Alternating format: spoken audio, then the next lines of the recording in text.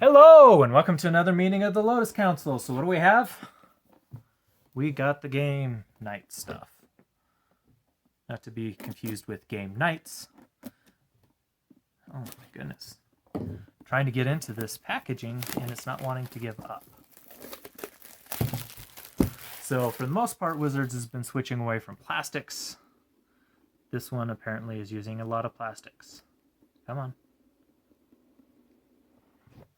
Oh my goodness. All right, so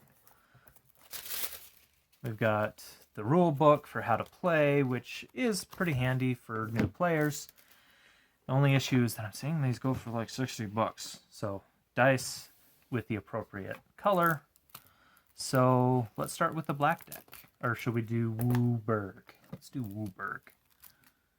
Okay, so these do have the pull tabs. Some of the stuff I've been doing lately have not had pull tabs. Oh my goodness. Even with the pull tabs though. Let's go back to using my utensil that I have by me.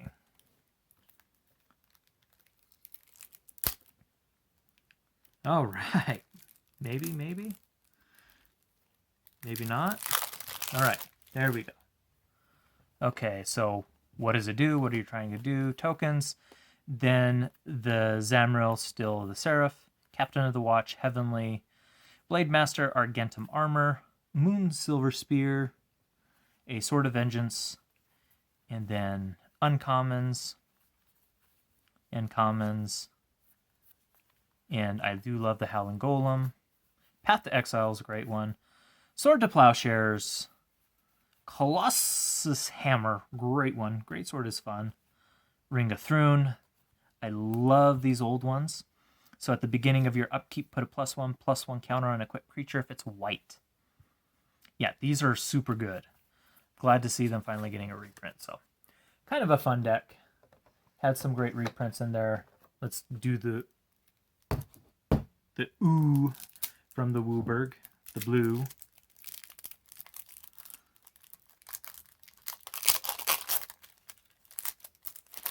Okay. Kind of getting these apart. So, political trickery, what are you trying to do? It has what you should try to do. Then we've got Mauve, Insidious Singer, Angler Turtle, Diluvian Primordial, Plea for Power, Precognitive Perception, Pull from Tomorrow. And then we got these others. Fogbank is actually a decent one. It's a really nice budget card. But Counterspell, Fact or Fiction, Impulse. I mean, those are some good ones. Split Decision is a fun one. And Bloodthirsty Blade. So a few good reprints in there. Let's put this one back now into its slot. The thing I don't like about this is if you look, there's just enough room for the deck of cards, not sleeved. Yeah. Come on. You know that experienced players are going to be buying these and sleeving these to play with, so it makes it a little bit difficult. I bought in 2 previous iterations of this product. I believe this is the 4th one. Okay, so we got the black, kind of telling you what you're doing. Tokens, then we've got the Vogar, Necropolis Template, Demon of Loathing, Gravewalker, Priest of the Blood Rite. That's a really great one. Violus Blood Broker, Demonic Embrace, Liliana's Mastery. Yeah, typical stuff you would find. Gifted Aetherborn, 2 copies of this. This is a really playable card. It's 2-drop for a 2/3 with Death Touch and Lifelink. Lord of the Curse, we got 2 of those. Unfortunately, that's a vampire, not a zombie. But other zombies get +1/+1. It's a 2/3. All zombies gain menace until end of turn. Super, super good card. Chupacabra, of course. We got Doomblade. We've got Mona the Unhallowed. Sign in Blood is a great one. Village Rites and Vow of Torment. So we got some decent cards in here for reprints. Let's look at the red deck now. Sorry, I have to... The pull tabs are not accessible because they're on the side. So I'm having to do that. So this is called Draconic Fury. If it does not have any dragons in here, you will see me be very, very sad. So, all right. We got a Nogi Draco Zealot, which is a kobold, but it reduces the dragon costs. So we got Ancient Hellkite, Drakuseth. This is, I think, one of the most underrated dragon cards. Dragon players know it and love it, but other people don't realize what it does. So whenever it attacks, it deals 4 damage to one target and 3 damage to up to 2 other targets. I had somebody use an Oko on one of my things in a commander game, and I attacked with Drakuseth. Not at them, not at their Oko, but I killed it with the 4 damage. So, really good thing. Flame Blast Dragon, Null Spine Dragon, Shivan Dragon, classic, I wish they had better art. Crucible of Fire, dragon creatures you control get +3/+3. Incredibly great card for a dragon deck. Then we got all sorts of dragon ones. A Dragon Speaker Shaman. Dragon spells cost 2 less to cast. And there's 3 copies in there. So this is actually a fairly good one as far as the value goes and the reprints. And then, of course, 2 Lightning Bolts and a Mana Geyser. Those are excellent reprints. And then Vow of Lightning, really favorite of mine. So enchanted creature gets +2/+2, has first strike, and can attack you or planeswalkers you control. It's a great political card. Great political card. So let's put this back into the deck. That would likely be one that I pull apart to build Dragon Commander decks from. All right, so we got the green one. Now the green one has got one of the nicer cards too.